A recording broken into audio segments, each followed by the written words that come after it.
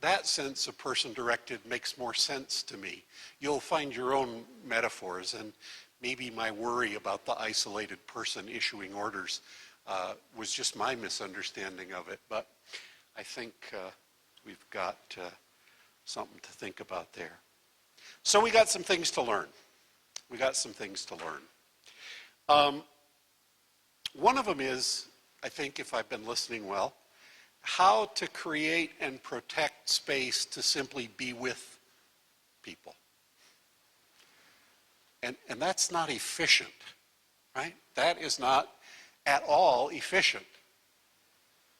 That is probably a poor use of the taxpayers' money, and if the taxpayers find out, they'll tar and feather us. So by God, we're not going to waste time with people. The spirit of Ubuntu is a spirit of wasted time, right? It's a spirit of hanging out. It's a spirit of figuring out, okay, we've talked about this enough. Now we all got to get up and go out and God help us try to do something that probably won't come out exactly the way we want or even maybe close. But we got to be counted. We got to be out there and have a go. So we need to create and protect space to be with one another. And we've got to create space to protect the real time that it takes for real change to happen. We've also, Judith McGill named something for me that I've been really struggling with for a long time, and I'm very grateful. When she talked yesterday about how to re-story hardened stories, stories that people with disabilities themselves and families themselves sometimes, and certainly often staff people, have internalized that kind of set the limits, not out there, but in us.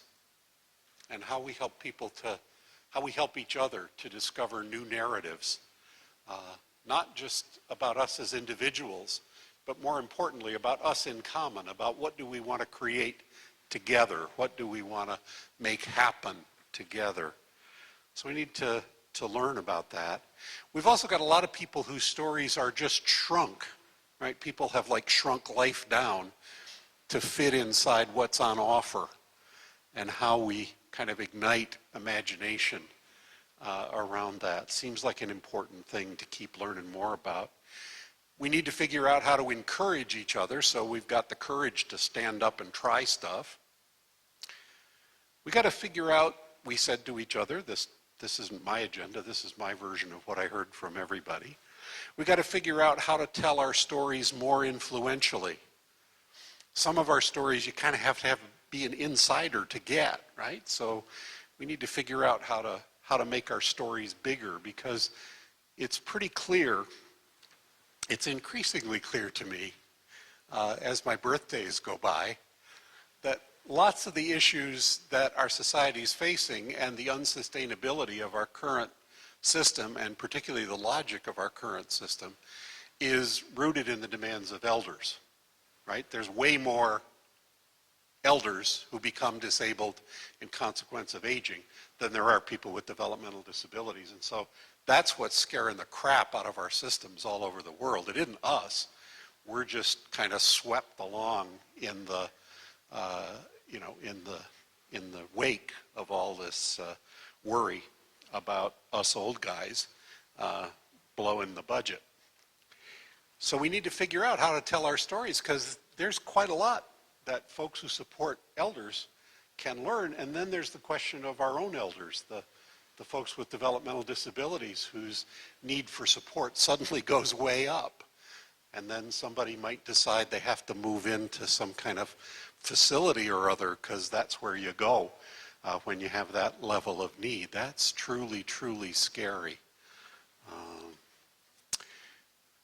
So we need to figure out ways to better align public expenditure with the vast variety of lives that people would value living. We've said over and over again, there's no one way to be a contributing citizen. There's no one way to be a person. That's not what we're about. But we have a service system all over North America, all over the developed world that wasn't developed to support individuals. Nobody was thinking about that. I know about that a little bit in Canada because I was hanging out at the National Institute on then called mental retardation when we were dreaming up what a comprehensive community service system ought to look like. And it was all about groups of people. It wasn't about supporting individual people. In 1970, we were figuring we were doing a hell of a job if we just didn't have people in big, awful institutions. So we need to reimagine public investments that would genuinely support, and we know how to do that. You know how to do that here in Ontario pretty well. It's just a question of trusting people enough to genuinely give them the money. We have to keep expanding the number of people who benefit. We need to keep asking ourselves, who am I not meeting as I'm doing these plans? What about those folks where we've made a trade-off between technology and preserving knowledge? So we have this epidemic, apparently, of G-tubes, right? As opposed to preserving the knowledge and the skill that's required to position people, to help people to eat in an enjoyable way, right? We don't want to stop at not choke. We want to get to, this was a great meal. And we had, terrific contact in it. How do we make sure that we're not losing people? So, 3 threads. Recognizing the dignity of vulnerable humanity, recognizing how much we need each other, and that's not a sort of sappy, hippie, leftover idea, but the most fundamental reality of human survival. And letting our hunger for justice encourage us to act. William Stafford's poem, The Thread. There is a thread you follow. It goes among things that change, but it doesn't change. People wonder about what you're pursuing. You have to explain about the thread, but it's hard for others to see. When you hold it, you can't get lost. Tragedies happen, people get hurt or die, and you suffer and get old. Nothing you can do can stop time's unfolding. You don't ever let go of the thread.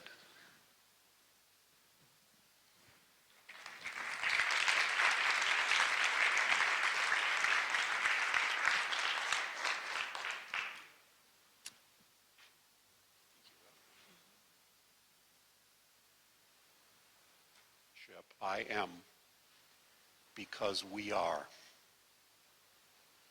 And that means that we need to think about and serve our interdependency.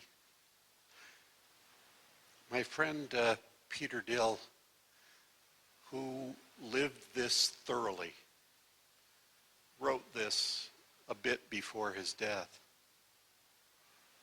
No matter where we are in life, Peter says, no matter where we are in life, no matter what position we hold, we are engaged in a constant search for new dreams, a new awareness, a hope unfulfilled.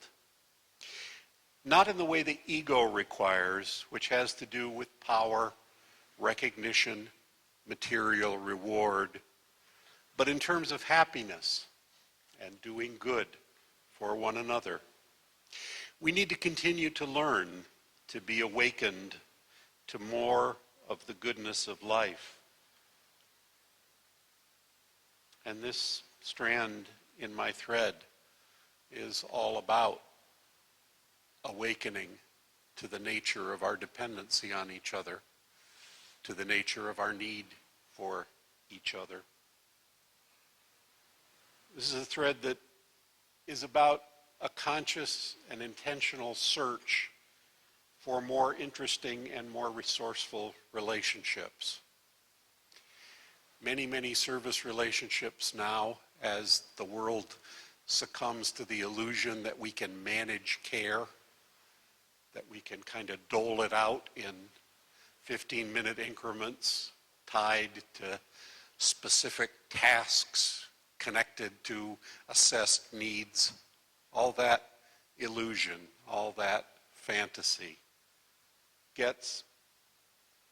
exhausts the meaning in relationship. The staff people who have to deliver things in 15-minute metered increments don't really have much of a very interesting relationship, and the people who spend most of their time trying to assure that that people are complying with the rules and following their behavior plan and following their risk management plan, those aren't necessarily very interesting relationships. And they're certainly not resourceful relationships because they make everybody dependent on an impersonal system. That, I think, is one of the roots of the unsustainability of what we are struggling with now. And I'm afraid that our desire to flee from the lessons of Ubuntu, from the lessons of we need each other, that flight is dangerous to people with disabilities, especially to people with more severe impairments, because those people become profoundly inconvenient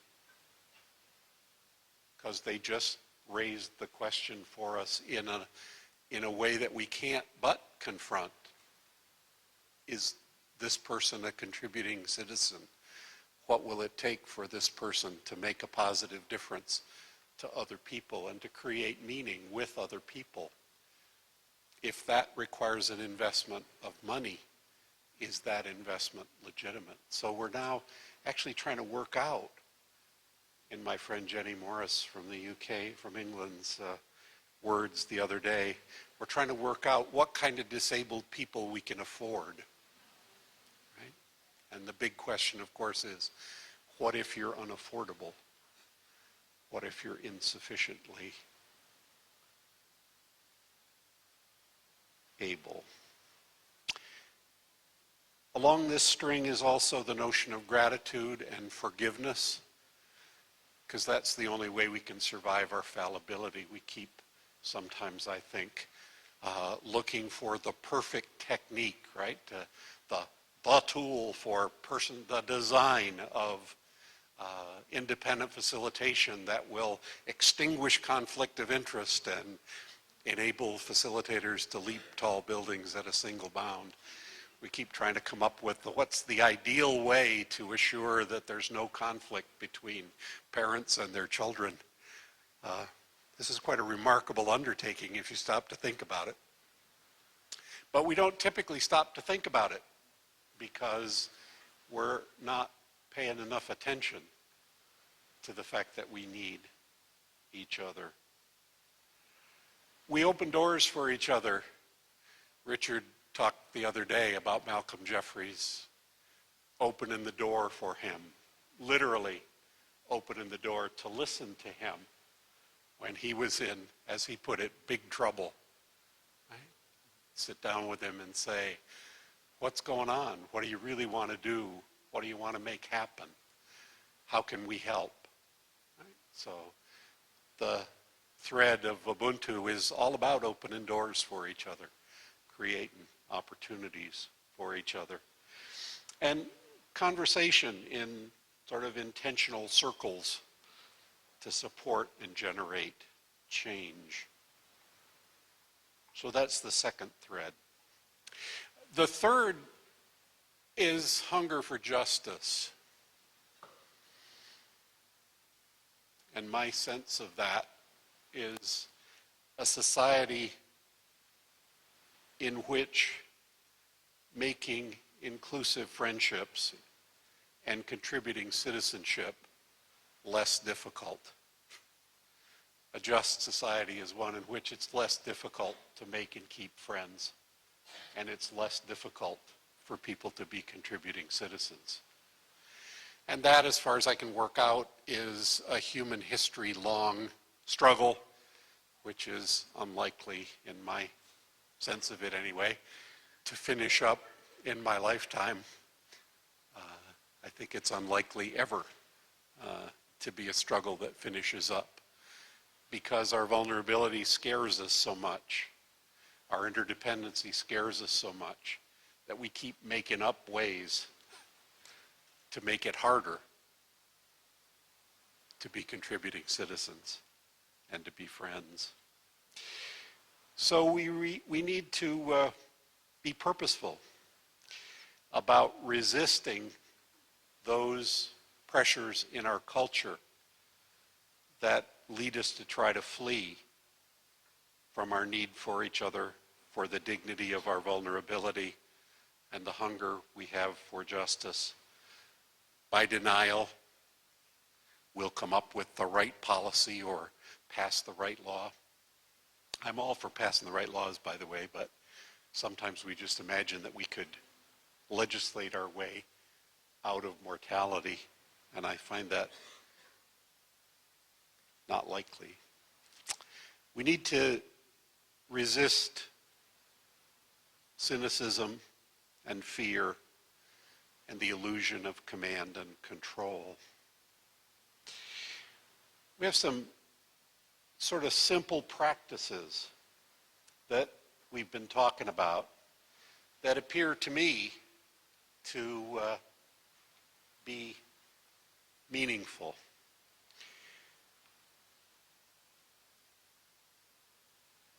We gather, as people always have, intentionally to weave our experience into a meaningful story, to make sense of moments that break open possibility for us, either moments that are caused by loss and by grief, or moments that are caused by disappointment and defeat, or moments that are caused by suddenly recognizing, as somebody put up here on the story vine, that it had never ever occurred to me to imagine that people might have a preference about what sort of toothpaste I put in their mouth when I was brushing their teeth. It never ever occurred to me, and we had yesterday several people refer to epiphanies, to those kind of moments at which things break open for you, and we need to figure out ways to kind of make sense of that and incorporate that discontinuity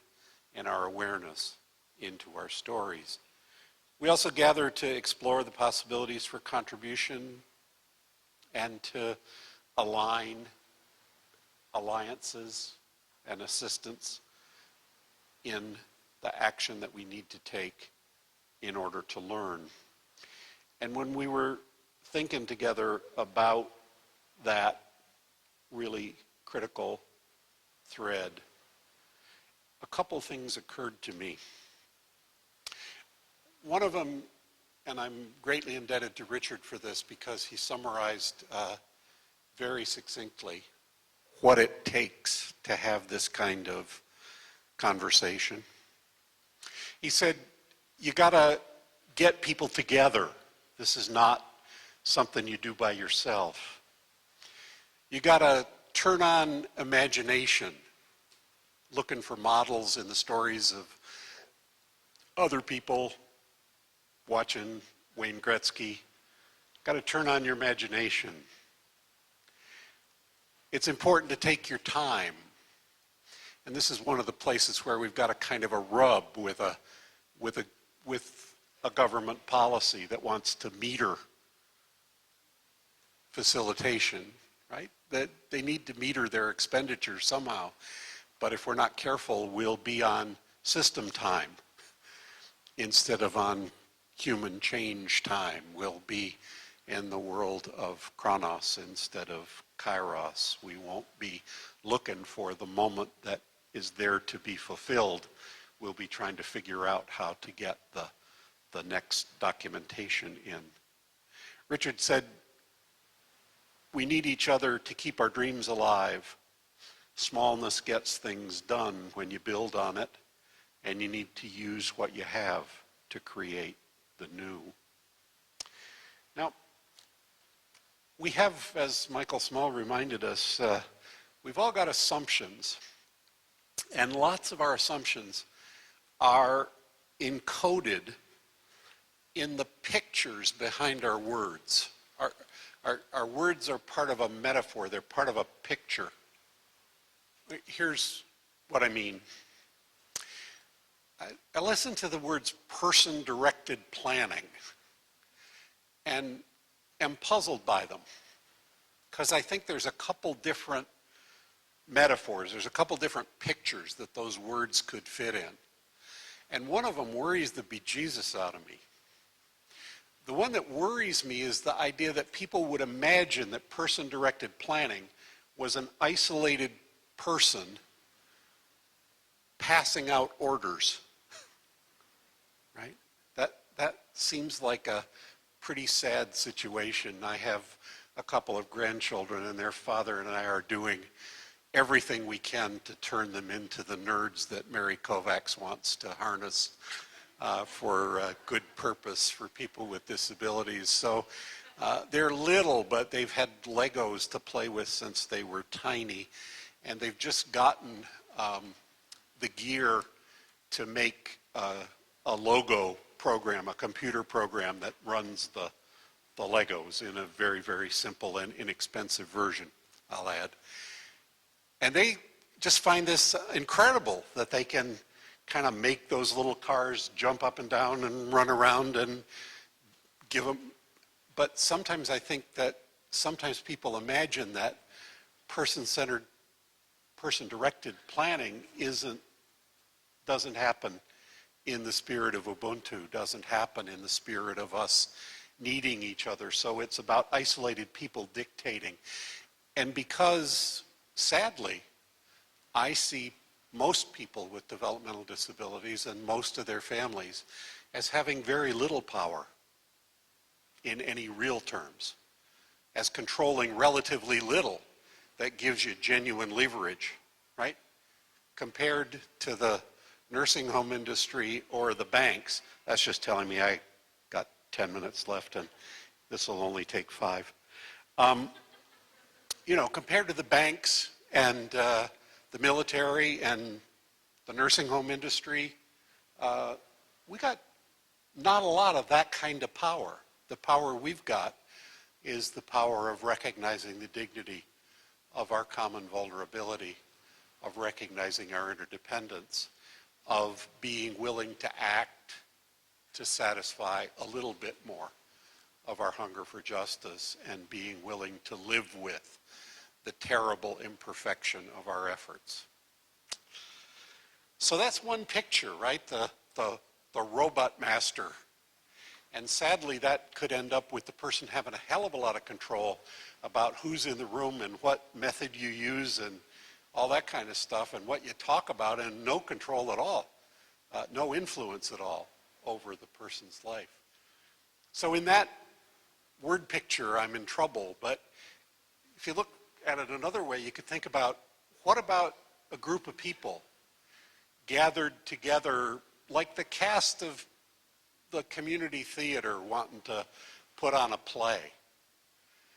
And what if you thought about direction in terms of the poor devil who's taken on the task of directing that cast, right, with their strengths and talents and weaknesses, and this one can't quite sing quite right without going flat, but somehow or other we got to figure out how to get the best possible performance to express who we are in our community.